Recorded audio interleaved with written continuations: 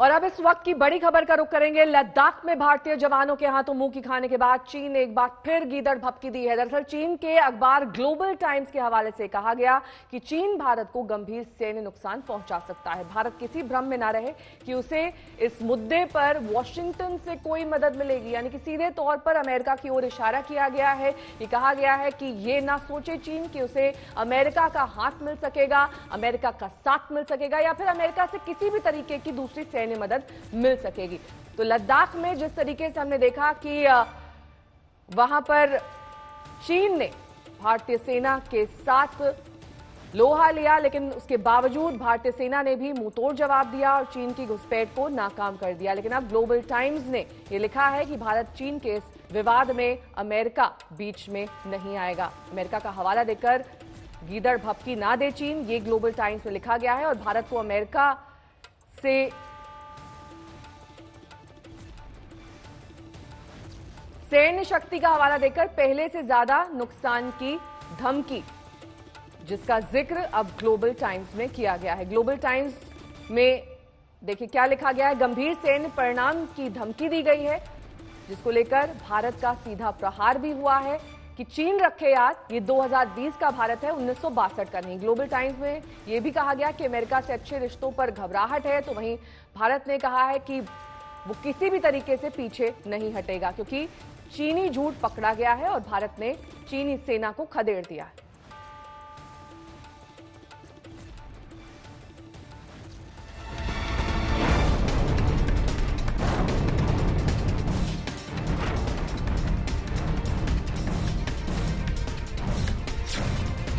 अब नाकाम होगी चीन की हर चाल।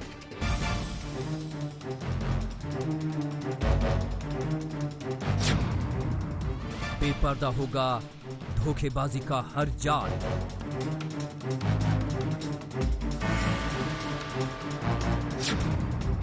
ड्रैगन की साजिश से पहले अलर्ट हुए हम।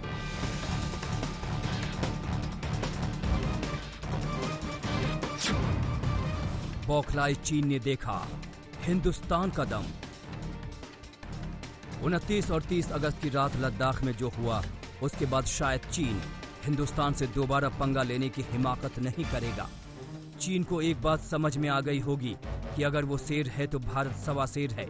करीब 200 चीनी सैनिक हमारी सरजमी पर घुसपैठ का पक्का इरादा करके बढ़े चले आ रहे थे, लेकिन हमारे जांबाजों ने उन्हें रोते पीटते कराहते और बिलबिलाते वापस भागने के लिए मजबूर कर दिया। हिंदुस्तान की फौज जो है काफ़ी ज़्यादा अलर्ट थी।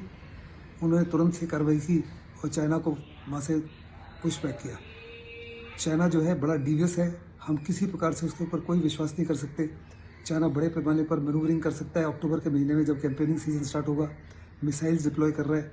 हमको हर प्रकार से चौकन्ना रहना है, अपनी एयरफोर्स को चौकन्ना रहना है, अपने सैटेलाइट्स को चौकन्ना रहना है, ड्रोन्स को चौकन्ना रहना है। और जब जब चाइना की तरफ से इस माफी की कोशिश होती है तो कड़ा जवाब देना है। चलिए अब आपको उस रात की इनसाइड स्टोरी सुनाते हैं। आपको बताते हैं कि हमारे जवानों ने चीन के ठिगने टट्टुओं को कैसे खदेड़ दिया। अप्रैल मई के दौरान पूर्वी लद्दाख के अलग अलग इलाकों में चीनी सेना ने घुसपैठ कर भारतीय सेना को चौंकाने का काम किया था, लेकिन इस बार बारी भारतीय सेना की थी, जब भारतीय सेना ने चीनी सेना को चौंकाया।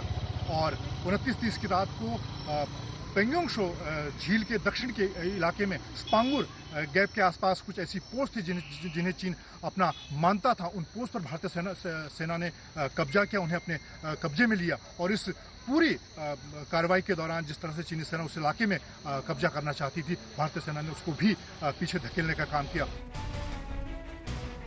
लद्दाख में दोनों देशों के बीच ताजा झड़प पेंगोंग झील के दक्षिणी किनारे पर स्थित एक चोटी को लेकर हुई। वो चोटी एलएसी के इस तरफ यानी भारतीय सीमा में है, लेकिन उस पर किसी देश का कब्जा नहीं हुआ करता था। दोनों देशों के बीच हुई कमांडर स्तर की बातचीत में उस खास चोटी का मुद्दा भी उठा था, लेकिन बात नहीं बनी।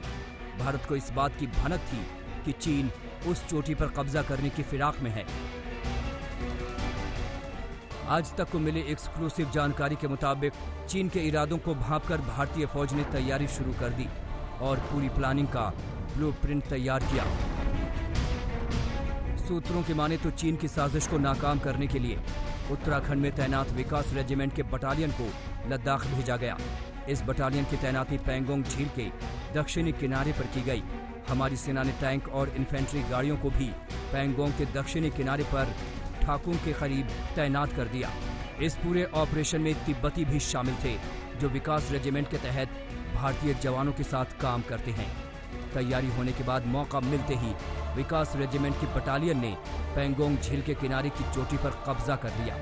चीन को जैसे ही भारत के कदम की खबर मिली, उसकी फौज बेचैन हो गई। चीन के बौखलाए सैनिक भारत में घुसपैठ के लिए आगे बढ़े, लेकिन चोटी पर कब्जे की वजह से हमारे जवान मजबूत स्थिति में थे। गलवान घाटी की खूनी भिड़ंत के बाद से ही भारत को इस बात की आशंका थी कि चीन दोबारा ऐसी हिमाकत कर सकता है। इसीलिए तीनों सेनाओं ने अपनी तैयारियों को चाक चौबंद रखा।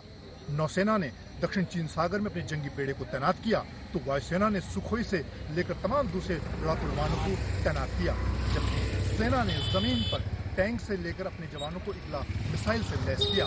और इसी का नतीजा है कि 29 और 30 को चीन की हिमाकत का समय रहते मुंहतोड़ जवाब दिया गया।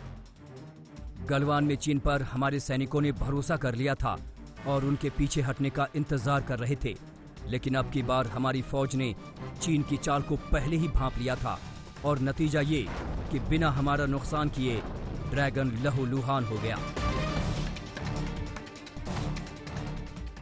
मंजीत नेगी, दिल्ली, आज तक।